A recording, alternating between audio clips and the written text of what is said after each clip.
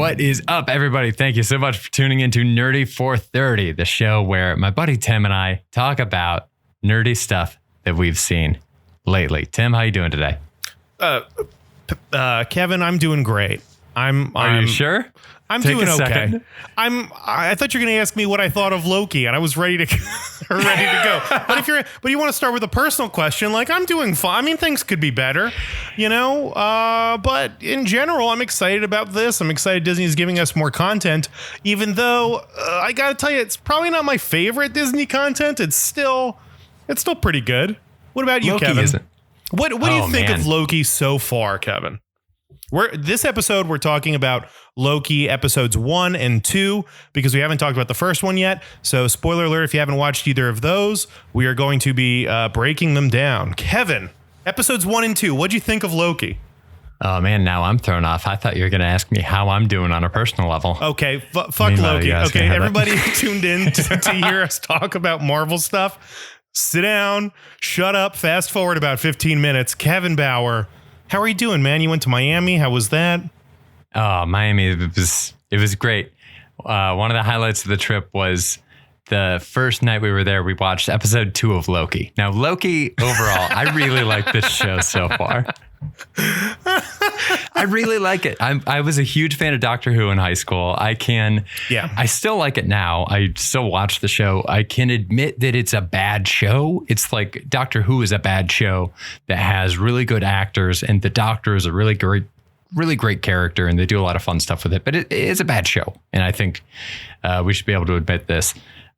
Loki is like, I think I would love to see this creative team take on Doctor Who. I think they're doing really interesting shit with like time travel and different realities, and I'm digging the hell out of it, man. I agree that it's interesting. I think this is not a good show. I think it's like those other ones, but I've also been like kind of lowering the bar with like WandaVision, Falcon, and the Winter Soldier. It's like this is filler. We're watching filler, and and what happens with filler is it's like it's because you like the characters so much that you just want to spend more time with them, I think. So yeah. Loki, I like Loki. Loki's cool. I want to spend more time with Loki. This isn't even our Loki. This is the Loki from the end of Avengers. And we've already spent a lot of time with Loki, and he's already had a character arc where he's grown, he's developed, he watched his mom die, he bonded with his brother, he made noble sacrifices for the betterment of his people. We watched him grow and evolve into a hero. And now we're just rewinding and doing it again? Like, I don't know. It's cool. It's fun. But I mean, are you satisfied with having to rewatch Loki do things that we've already watched him do? I mean, they tried to address that, obviously, in the first episode when he watched a slideshow of his life that he had lived and then things that hadn't happened yet. I'm amazed that he was satisfied. I think about this sometimes, like if I were able to watch footage like this of my own life, it'd be crazy because I'd be trying to watch every single second of it to the point where then you're just living it in real time. Like I wouldn't want to skip anything. It's crazy to me that Loki seems satisfied to just fast forward to the points that we saw. Just the hits. Just the hits. Which there were like, they put that slideshow on and Loki realized that there were like 3 big things that were supposed to happen in his life that he hadn't done yet. And then once he accomplished those 3 things, he'd be dead, and that would be it. But you hit on my biggest complaint about the show, my beef, as it were, for the segments later, which is that I'm really enjoying this. I think it's really interesting to see Loki is a character in this setting. I think the setting itself is very interesting. It's a little weird that the show is called Loki and it is so far from what the normal premise of the character Loki is. Right. It would be a little bit like if there was a show called Daredevil and in it, Matt Murdock is a jet ski repairman. And it's like a really good story about Matt Murdock being a jet ski repairman. And like maybe he does a little bit of like hearing how to fix the jet ski using his Daredevil powers, but it's not Daredevil, you know? Right. This doesn't seem like any Loki stuff. This is Time Cops. We've got Marvel Time Cops. And Kevin, speaking of categories, when did you know time travel is fucking stupid? It's the dumbest. I hate time travel. Endgame, I get it. It's like the only way out of this. It's clearly what they had planned. I mean, it is a trope. It's something that's heavily utilized in comic books because comic books want to do really cool things and they want to have consequences. But ultimately, they're not interested in killing off characters that for the long run that they can continue to make money off of. Captain America, he can be a bad guy. He can join Hydra, but eventually we have to reverse that. We have to reconfigure that. Something goes back in time. It wasn't really Captain America, blah, blah, blah, blah, blah. But time travel opens up all of these possibilities of stuff. And they kind of do an okay job of explaining it. But like, we don't have free will. They've established there's a continuity, so we don't have free will. So now we don't have free will in the universe. Nothing matters. They open up, I'll save that for beefs, but just time travel in general is not something that I find compelling or interesting. And I don't know. Where do you stand on time travel? Oh man, I love it, but it's a huge thing that is always hard for a writer to deal with. Like I said, I was a massive fan of Doctor Who from the point when my family got the cable package that included BBC when I was in high school. And they have so much trouble in Doctor Who, a show that is explicitly about traveling to different points in time and helping people. They have so much trouble explaining how certain disastrous events can't be prevented by the Doctor. And the thing that they always use in that show is the concept of something called fixed points in time that have to happen no matter what. So like, I think the Titanic sinking is one that like the Doctor's like, there's nothing I can do. It's a fixed point in time. It's important. And that has to happen so that these other things can happen. Loki's kind of playing that same card. It's because they established that nobody has free will, but kind of has free will. And the entire reason that variants happen is when people do something they're not supposed to do. Effectively, I'm inferring that that just means that people become a variant when they throw off one of those fixed points in time that are supposed to happen. And that's when the time cops go and quote unquote prune the branch that is started and try to get things back on track. But variants, kind of variants. So the Avengers are variants. The Avengers went back in time to collect the Infinity Stones, bring them back, defeat Thanos. But that was supposed to happen for some reason. Right. So not variants. So they're not variants, but they're doing time travel. So then what makes you a variant? Because you have to be able to time travel. If today I'm supposed to go for a run and I decide to sit inside and take a shit, like, does that make me a variant? I think you'd have to. I think so. I think you'd have to like travel through time. There's no way that me exercising my free will would just make me a variant. You have to be able to. And even this, like Loki's a variant because other people messed with the time stream and he did what anybody in that situation would do. So now he's an outlier and a bad guy and needs to be corrected or deleted or whatever. It's weird. It's a whole ball of yarn and you keep pulling at it. You just find more and more knots and loops, and time travel's crazy. Like any time travel stuff, it benefits from not thinking about it too much. If you just kind of sit back and enjoy the ride of like, look, it's time cops, then I think it's a really fun time. The TVA itself is awesome. I think it's really cool. The idea of this like giant, omniscient, maybe omnipotent entity being extremely bureaucratic. I think that's a really fun idea. I feel like I've also seen similar things like this before. I mean, if you watch any of the Arrowverse stuff, Legends of Tomorrow is like kind of a fun idea, but their whole shtick is they're in a spaceship. They travel through time. If anyone tries to mess with the timeline, they show up and they beat them up. And that's it. That's like the premise of the show. And it's kind of become like a fun dumping ground for all of their B or C characters that people liked, but like didn't have any reason to stay in the main series. So that's kind of fun. But also like, so this time thing, it doesn't feel fresh enough to me. It's like, it's fine. Again, I like Loki. I like Tom Hiddleston or whatever his name is.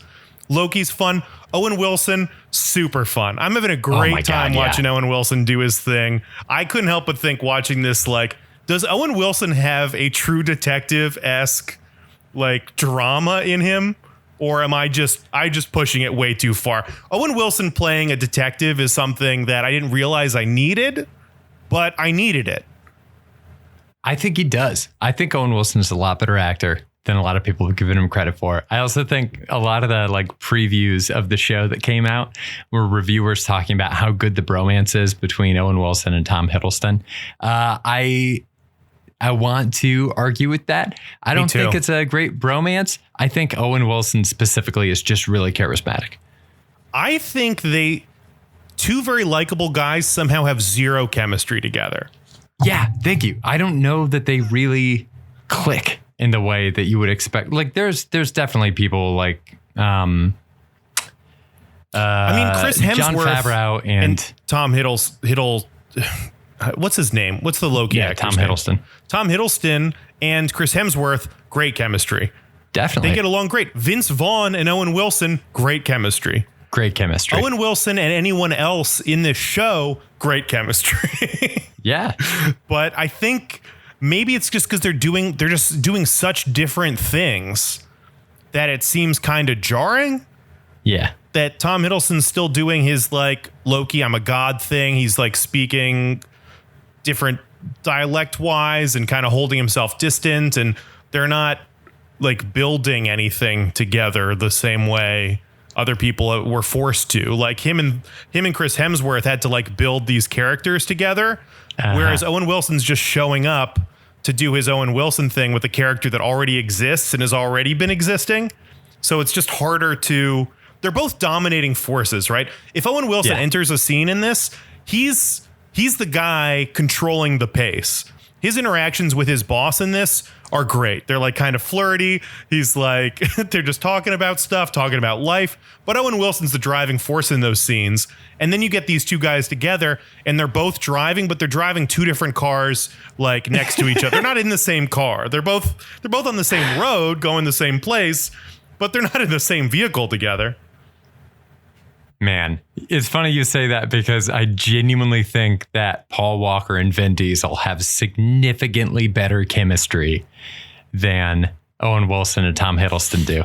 Oh my God. I just did a deep dive on Paul Walker's daughter, who just is like the goddaughter of Vin Diesel.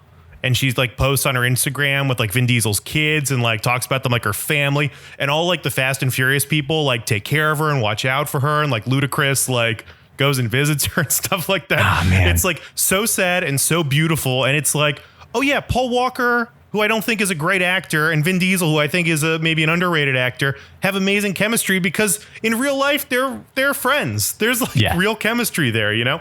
Owen Wilson, Vince Vaughn, they're real friends. Tom and Chris, real friends. I'm not convinced Owen Wilson and Tom Hiddleston are having like a great time on the set. I just don't buy it. I like seeing both of them, but I have not bought into their chemistry the way I have with in the previous two shows. The Vision and Wanda, awesome chemistry together. Totally buy it. The Falcon, Winter Soldier, amazing chemistry. And in this, Absolutely. The show's just called Loki. It's not Loki Wilson. It's Loki. Which is weird because it maybe should be called like Mobius. It should be called Mobius. Mobius would be sick. Oh my gosh. God, that'd be true. Okay. Let's dive into some beefs and thieves. We've already talked about a couple of them. Did you do a when did you know? You got a when did you know? Oh, I didn't do a when did you know yet. Let's see here. When did you know that Loki was going to be a female Loki? I thought about this as a when did you know as well, because during the first episode, I was like, it's not Loki. There's no way this is Loki. We would have seen the face. They're hiding the face for some reason. Why is it? Did you see the theory online that it's actually the Enchantress and not Loki, female Loki? Because in the credits, they refer to the actor as Sylvie, which I guess is a name for the mortal form of the Enchantress. Interesting. So there's a chance that it's not female Loki. It's actually the Enchantress. I'm not sure it really makes a difference, right? Because either way, it's an Asgardian who's traveling through time and doing all this weird stuff. Yeah.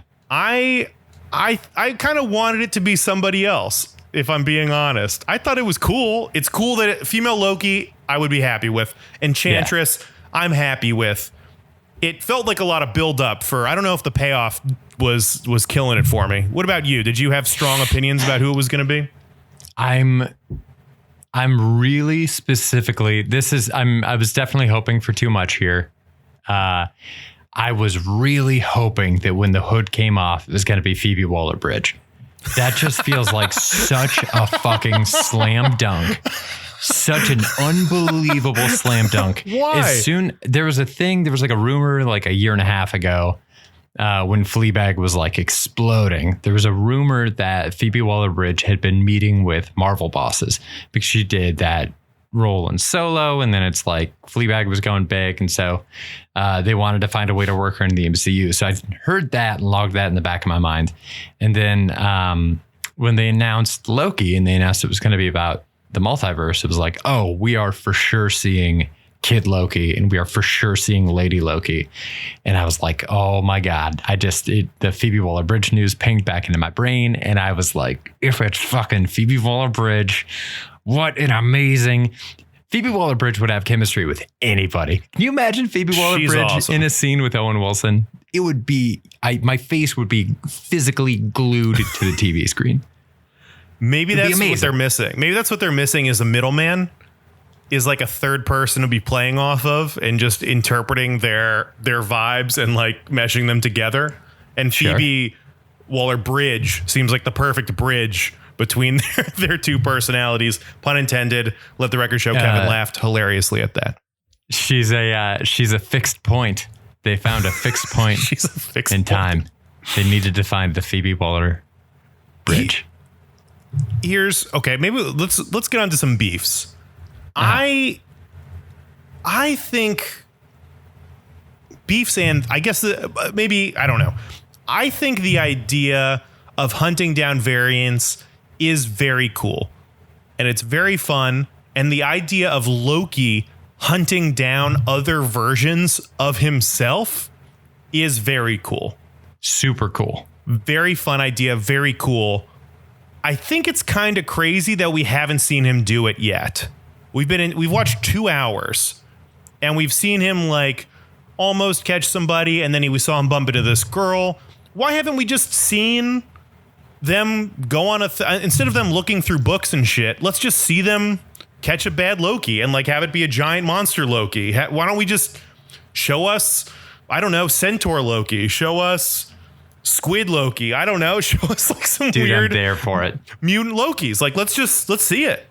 I'm so there for it. That's the thing that sucks about these Disney Plus shows is that you kind of get a sense for like where the show might go if it were, you know, a traditional cable show that went for a couple seasons.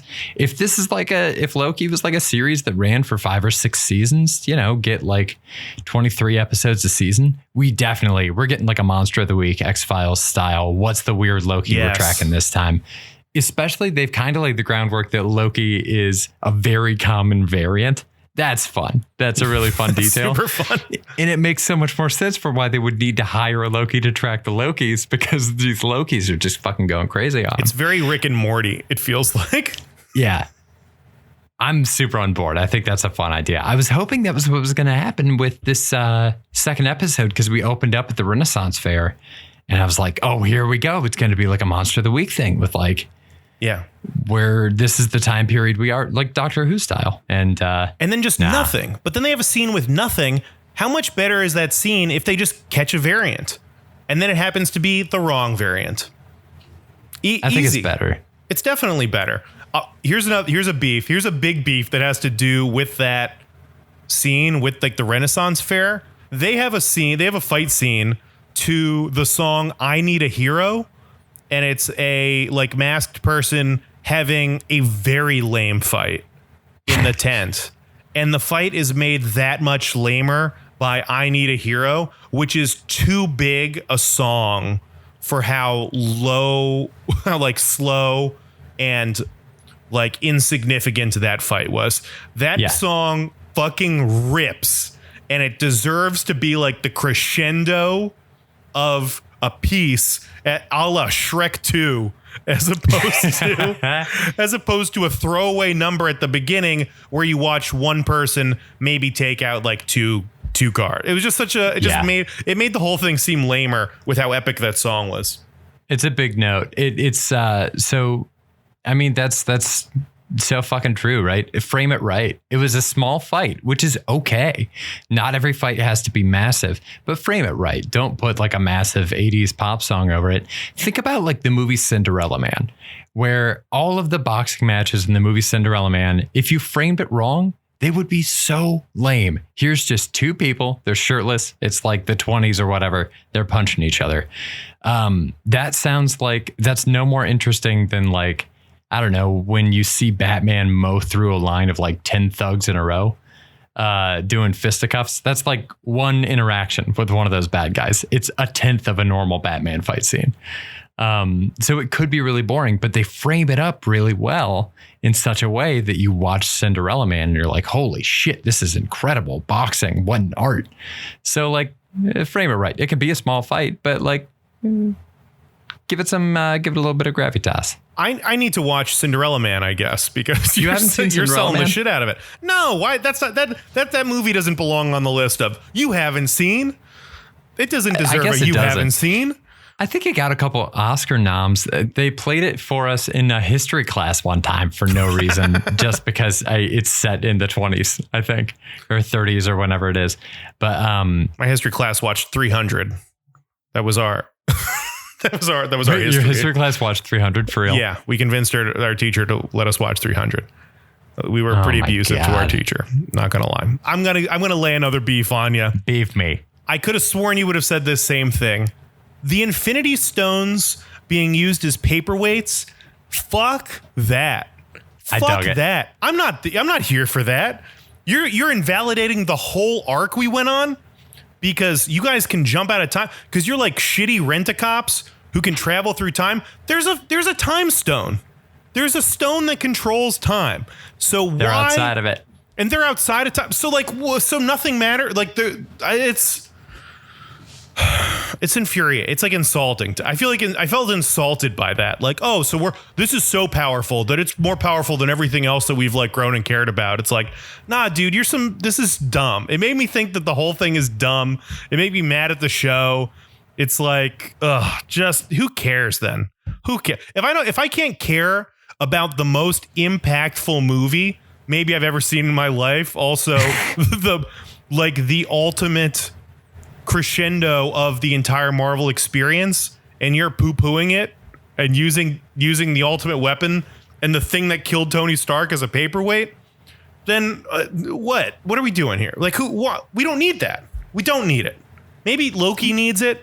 Loki needs to just realize that the Tesseract is useless and there's something more out there. We need something to justify him not caring about the Tesseract as much. But it just belittles everything else. It really does. It's what Joseph Campbell calls the scope of the undertaking, where your protagonist realizes just how fucking out of their element they are. It's the same thing they did in Infinity War.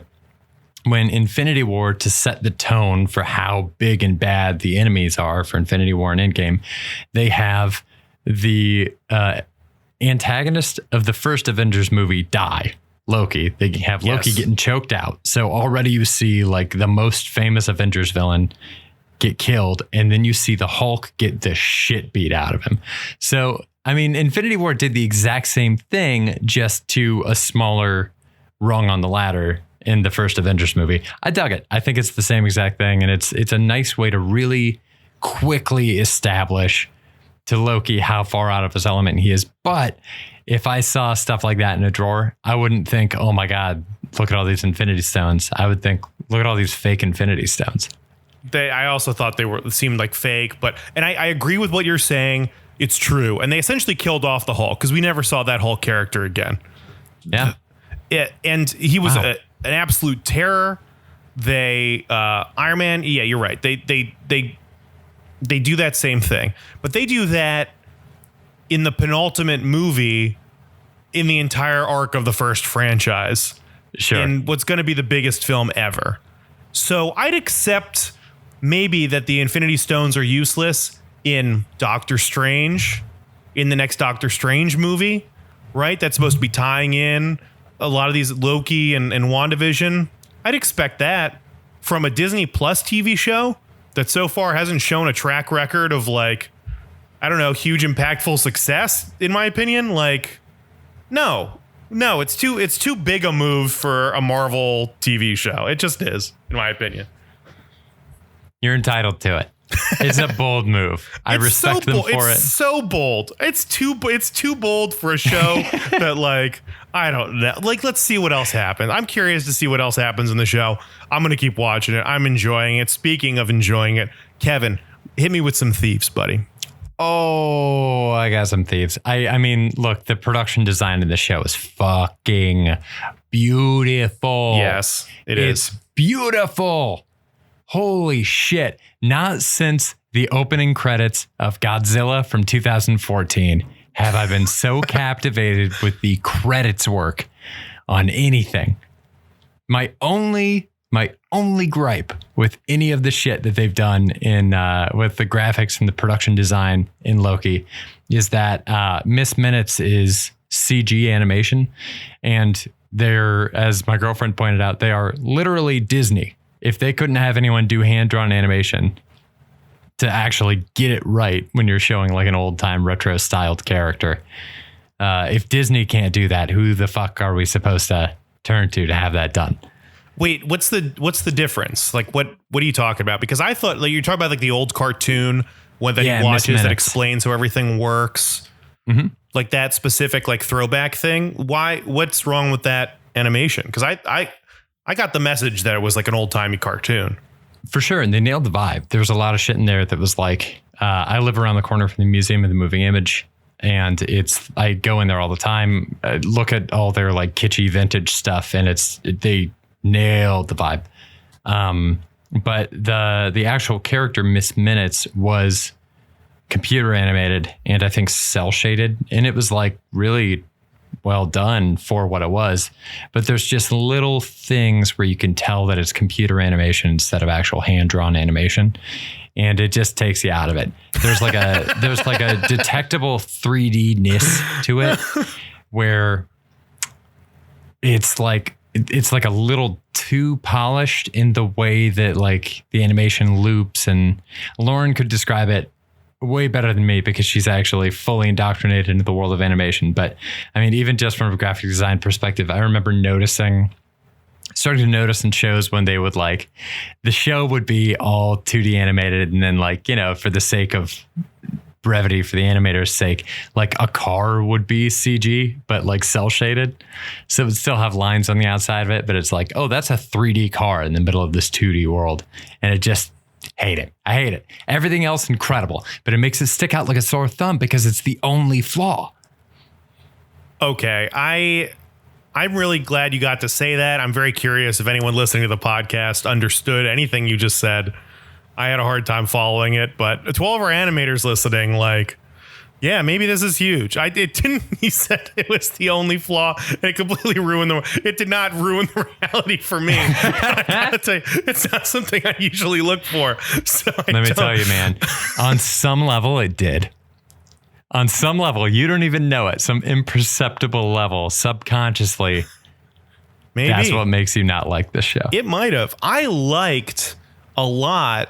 Miss Minutes is the character. I didn't realize it was Miss Minutes. I liked the technology. I always love like the mixing of old technology and new technology. How he's on like a little TV that controls like the wall or whatever and shows these images. And I love the animated character that's like on his desk that he interacts with. And sometimes it's in the TV, sometimes it's out of the TV. The first thing that zaps all of his clothes off, which is just like a face in the wall, like with I thought that was so cool. Like the technology and the look of everything in this show is so cool. And it seems like a huge step up from the other shows, like just as far as the effort put into building the set and the scenery. Everything looks so cool in this, I thought. Oh, for sure. I mean, it is a beautiful show. The music outside of I Need a Hero, music seems to be like really good too. The original score for it, I mean, it's got like a very kind of like, that retro kitschy vibe. They need less songs. They don't need any more music. They don't need any more like hits in this. Just keep scoring it. We don't need any hits. in general, I could kind of take a pass on hits, like classic rock hits in songs for a while. Guardians of the Galaxy did it. It was really unique. Every movie since has tried to do it, and I'm a little tired of it. The Suicide Squad trailer, Dirty Work, Steely Dan, great song, but also made me very aware, like, oh my God, they're just gonna fucking do this again. Suicide Squad definitely ripped it off. Guardians of the Galaxy perfected it, but it's not a tone that's needed in most Marvel things. Right. It makes sense in Guardians of the Galaxy because they're going for a different vibe, but we don't need Steely Dan in a Captain America movie or whatever, you know?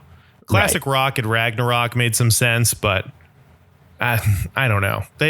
Yeah, you're right. I don't think this needs any more, any more songs. What do you think of like the green that Loki rocks? This is the closest to an artistic note that I had, which is they do like the Marvel thing up top where they show Marvel and then it starts turning green with Loki. And I was like, I don't know what this is. I just like this color. This is a great color. I like looking at the green. Great green. It's a great green.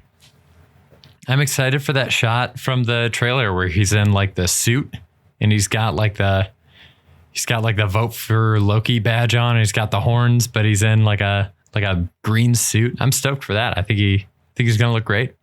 Green suit's very cool. He's a good looking dude. Let's dress him up. Let's throw a suit on him, clean him up for once. Let me see. I'm trying to think of my other thieves. We've talked about obviously Owen Wilson thief. Owen Wilson is a thief for sure. I think it's very funny in each episode. He gets at least one Owen Wilson line. Yeah. And in, I think it was the first one, he has a line where he's talking to like the judge or something like that. And he goes, yeah, I know. I'm always looking up to you or whatever. That's a terrible I don't have an Owen Wilson impression, but he's like, I'm always looking up to you or whatever. It just seems like an Owen Wilson line. In the second one, she's like, Loki's a nightmare, all this stuff. And he's like, yeah, he's doing great. And I was just like, yeah, these are like Owen Wilson lines that he just crushes out of nowhere. I'm glad they have Owen Wilson and they're letting him do his thing. It's not dominating. I don't think it's like overpowering, but he definitely gets his like traditional Owen Wilson moments in that are very fun. Dude, Owen Wilson fucking eats in this. I went back and rewatched Zoolander recently, and I remember seeing it as a kid and thinking like, wow, what a funny Ben Stiller and Owen Wilson movie. Rewatched it a couple weeks ago, and it's like, wow, what a funny Owen Wilson movie. I love Ben Stiller, but Owen Wilson is like just finessing him in this movie. You go back and watch the clip where Vanessa says that she confesses to them in the like deep confessional scene. She says, so I became bulimic. And it's the one where Ben Stiller goes, you can read minds? Watch Owen Wilson's face in that scene as he looks at Ben Stiller and then looks at her and it like dawns on him. It's so funny. It's incredible. Ben Stiller in that movie too is also doing like a big character. Yeah. Which seems like Ben Stiller's thing when he does comedy is like big character, or he's either a straight man or it's a big character. And Owen Wilson can just like make a slight alteration and be a complete moron, or like a slight alteration and be a classy guy. Like he's Owen Wilson in pretty much everything. He just like turns the knob a little bit and he's a different guy. It's awesome. I mean, it's like an underrated skill for these guys who are like always kind of Owen Wilson and stuff, you know. He has cool. The ability to deliver any of these lines like he completely believes it, and like I mean it's great acting. You really truly believe that this character thinks this thing. He has a line in the opening of Zoolander 2 where they're doing like a behind the music style interview with Hansel, and he's like, one of my heroes, I guess, would be Sting. I mean, I don't listen to any of his music, but I really respect that he's making it. It's just such a fucking so fucking good. Thief, Owen Wilson in Zoolander. He stole the movie in Zoolander for me. Here's maybe I think this is a thief for me. I hate the time stuff. We've talked about that. Some people love it. If you're listening to this and you love it, I mean, let me know, or just keep, I don't know. Yeah, more power to you if you love. I don't know what I want you to do. I'm glad you're listening to this, and I'm glad you're listening to me complain about it. I do like the redlining idea where an event happens, it creates a branch reality, and it doesn't make any sense because Endgame doesn't make any sense.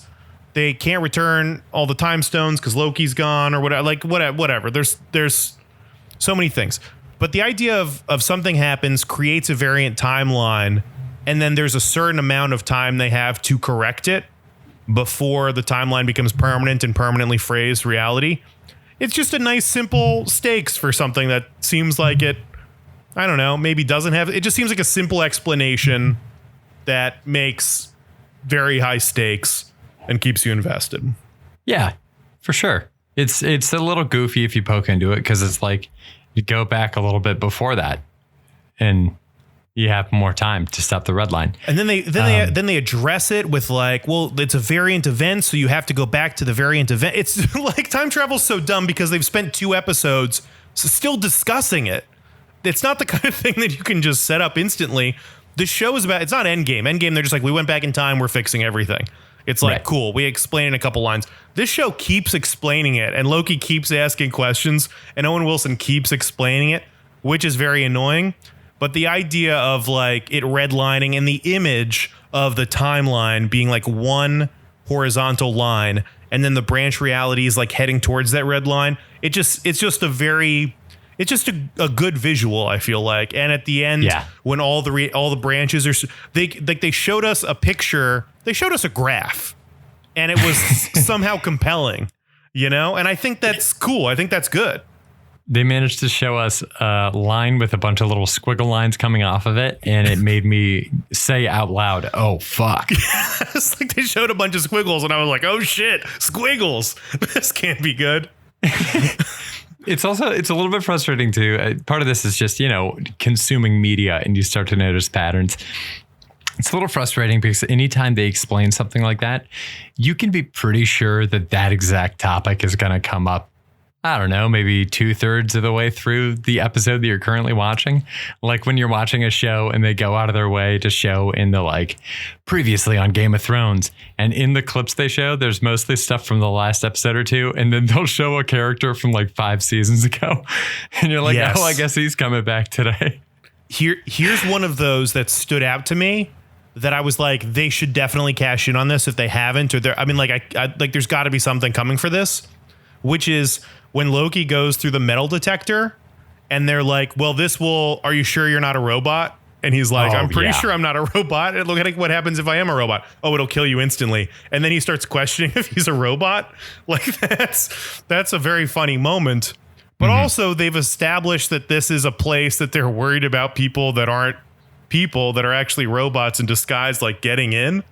Yeah. So that to me just felt like, I don't know, like that could be something like, are we dealing with robots here? Are there any? Is there some loophole with robots or machines? Like, I don't know. Why else are they worried about that? Or is it just a throwaway line? It could be. They're leaving the door open.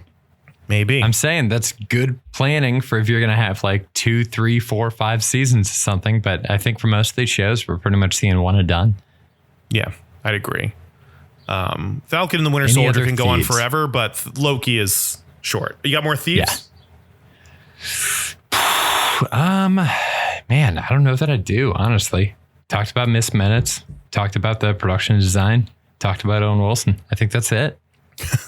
Reckless speculation. Kevin Bauer, what are you going to recklessly speculate happens in episodes 3, 4, 5, 6 beyond of Loki? I think by the end of episode 5, it's going to look like something really, really, really incredible is going to happen. And then I think episode 6 is going to be a letdown. Yeah, that's definitely going to happen. Disney Plus pattern. That's 100% going to happen. Episode 5 will be the best one. And then 6 will be like, oh, okay. I guess that's fine.